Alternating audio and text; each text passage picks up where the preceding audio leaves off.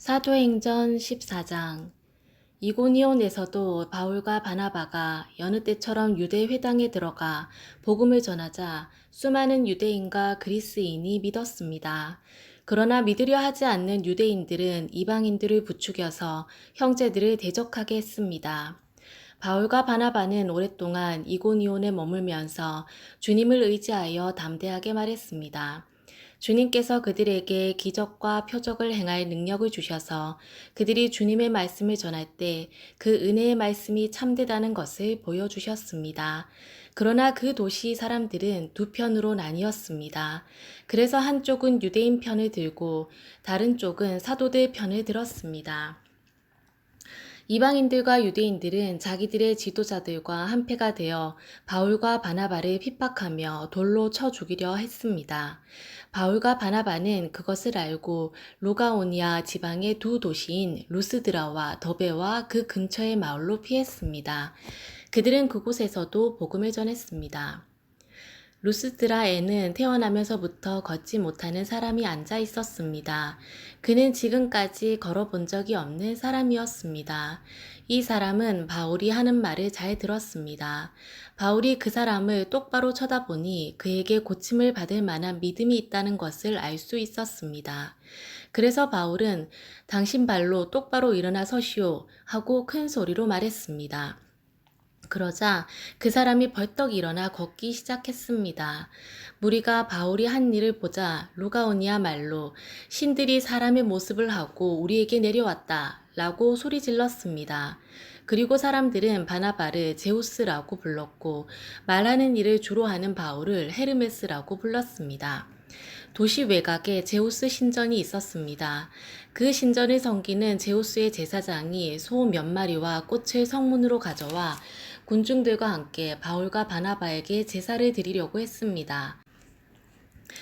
바나바와 바울은 이 소식을 듣고는 자기들의 옷을 찢으며 군중 속으로 뛰어가면서 소리쳤습니다. 여러분, 어찌하여 이런 행동을 하십니까? 우리도 여러분과 똑같은 사람에 지나지 않습니다. 우리가 이곳에 온 것은 여러분에게 복음을 전하여 여러분이 이 헛된 일들에서 돌이켜 살아계신 하나님께로 돌아오게 하려는 것입니다. 하나님께서는 하늘과 땅과 바다와 그 안에 있는 모든 것을 지으신 분입니다. 지나간 세대에는 하나님께서 모든 민족이 자기 방식대로 살게 내버려 두셨습니다. 하지만 하나님께서는 그때도 자신이 어떤 분인지 알리지 않으신 것이 아닙니다. 하나님께서는 하늘에서 비를 내려주시고 때를 따라 열매를 맺게 하시는 등 여러분에게 선한 일을 행하셨습니다. 하나님께서는 먹을 것을 풍성히 주시고 여러분의 마음에 기쁨을 가득 채워주셨습니다. 바울과 바나바는 이 말로 무리를 겨우 말려 자기들에게 제사를 드리지 못하게 했습니다.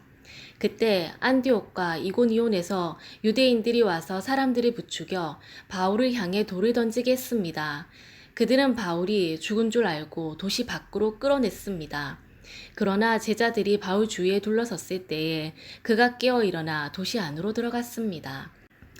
이튿날 바울과 바나바는 그 도시를 떠나 더베로 갔습니다. 바울과 바나바가 더베에서 복음을 전하자 많은 사람이 제자가 되었습니다. 바울과 바나바는 다시 루스드라와 이고니온과 안디옥으로 돌아갔습니다. 그들은 그곳에서 제자들을 격려하고 믿음 안에 머물러 있으라고 권했습니다.